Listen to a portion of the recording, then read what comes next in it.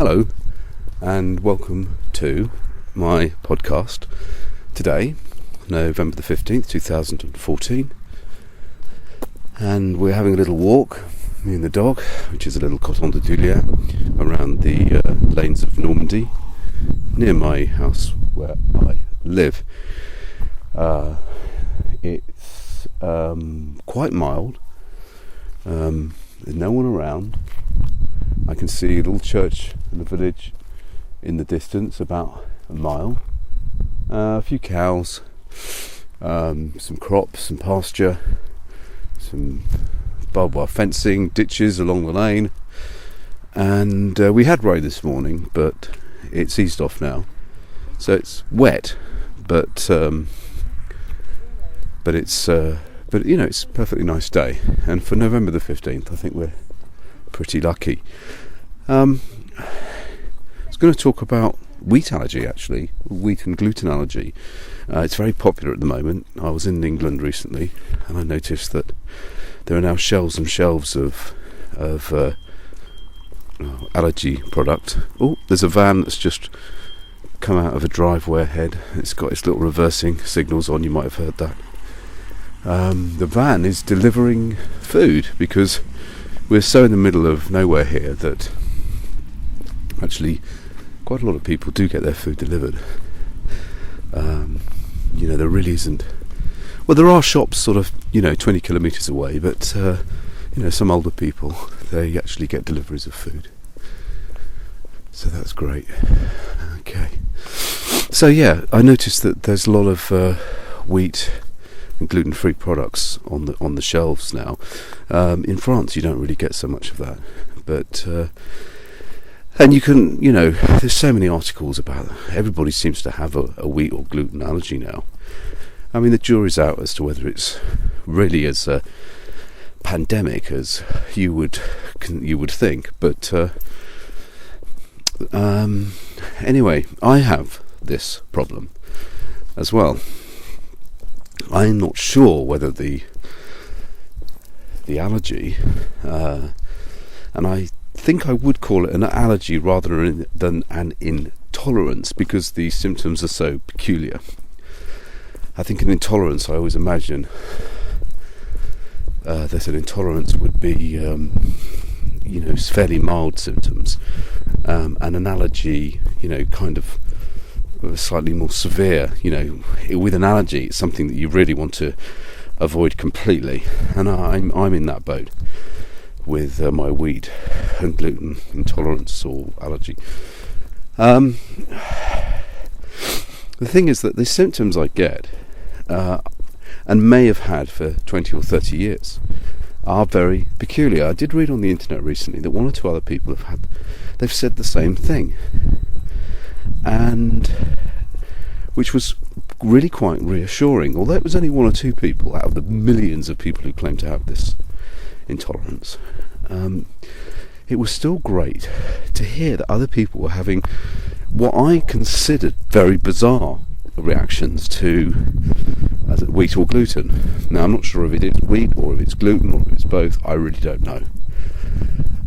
All I can tell you, it's a reaction to pastry, bread, pasta, cake, that kind of thing. Anything really with wheat in it. I haven't done any elaborate testing.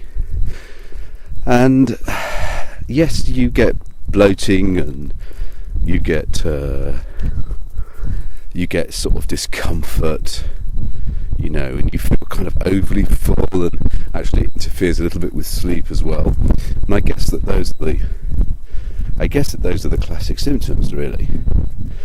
But my problem is that, which I think is a little rarer, but I don't think I'm the only one, is that it causes in me a very peculiar emotional reaction. In effect, I become, after I've eaten bread, probably either it could be the next morning or it could be later that day, I actually become very, very anxious, and in a peculiar way. I can best describe it as a feeling that my world is completely falling apart, that I cannot cope, that I don't know, it's just a sort of strange feeling. I don't really know how else to describe it. Fear, I suppose, is the big word. I get fearful, and it comes on quite suddenly, and I feel I'm dying, in effect, strangely. Even though I haven't got that many symptoms, I haven't got any severe pain, it's all a kind of emotional thing. And I started recognising this pattern about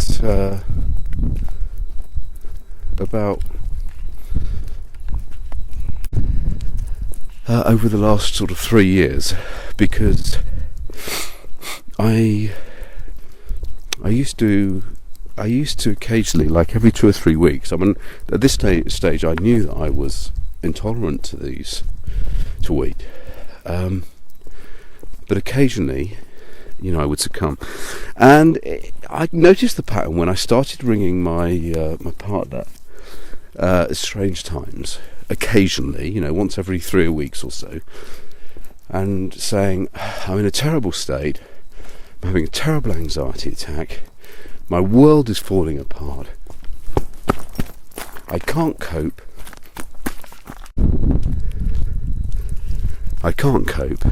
and I'm dying. This is it. This is really it. I just feel peculiar. And at the beginning, a few years ago, she was kind of worried about this, but we saw this pattern developing, and it got to the point where I would ring her with these symptoms, and she would say, "Have you eaten a pizza?" And every time I would be answering yes, or a pasta, something with wheat, the previous day usually. So it became apparent that this emotional reaction was directly, conclusively related to me eating wheat, which generally I didn't, but occasionally I would lapse. I'd have a pizza, think, I can get away with it. Somebody would make me one or something. I'd eat the pizza. The next day, I'd have this terrible attack of fear, it just seems like a really weird way of having a food intolerance. So a little bunch of grouse, little baby grouse, I've just walked into, and they've all flown away. You get all sorts of creatures here. You get grouse, you get deer.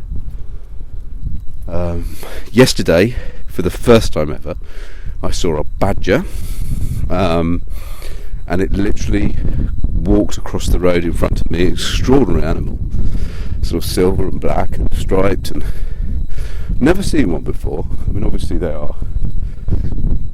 around, but as I said, I've never actually seen one here.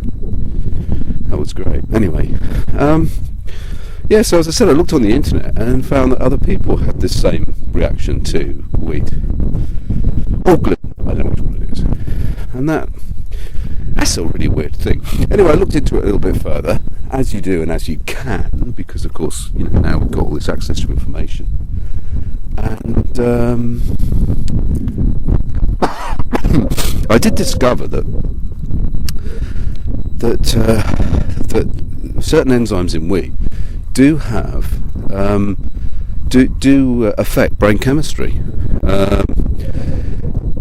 Indeed, it's thought that the root of comfort eating, pies and pasta and that kind of thing, pizza and bread, all of which relate to sort of comfort eating in some way, doesn't happen by accident. We don't really have free will over that. It happens because we and because it makes us feel good. It actually it has a positive sublime effect on the brain.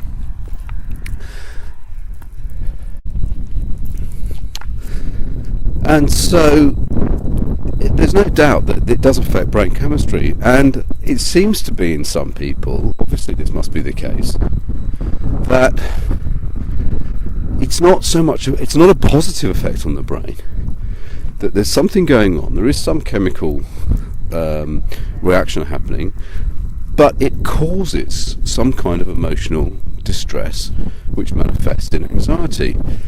And as I said, it's a really weird anxiety. I do get anxiety, we all get anxiety a lot of the time, but this is a very specific feeling of your world kind of falling apart, and you falling apart, being unable to cope, resulting in thinking that you're kind of fading away, you're being annihilated, which often you interpret as the fact that you feel you're sort of dying. Anyway, this is a very, very good reason to avoid bread and wheat products, because nobody really wants to go through this. However, yesterday was my son's 16th birthday, and he had a huge big chocolate cake, and I ate about half of it.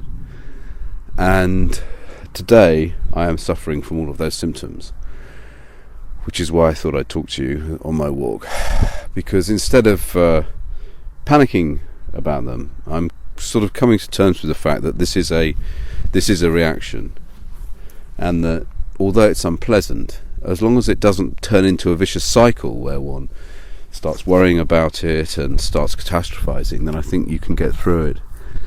So we're back to the house now. We've enjoyed our walk, and I suppose is what I'd like you to take with you, if anything, is that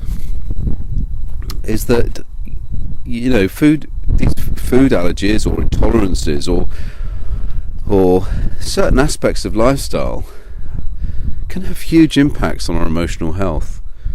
You know, I was very sceptical about all of this kind of thing. I used to eat what I wanted, and you know, I kind of thought that I thought really the whole intolerance and allergy thing was a complete con, and I still think that it's slightly overblown, perhaps, or certainly that the jury is out as to, you know, how much sort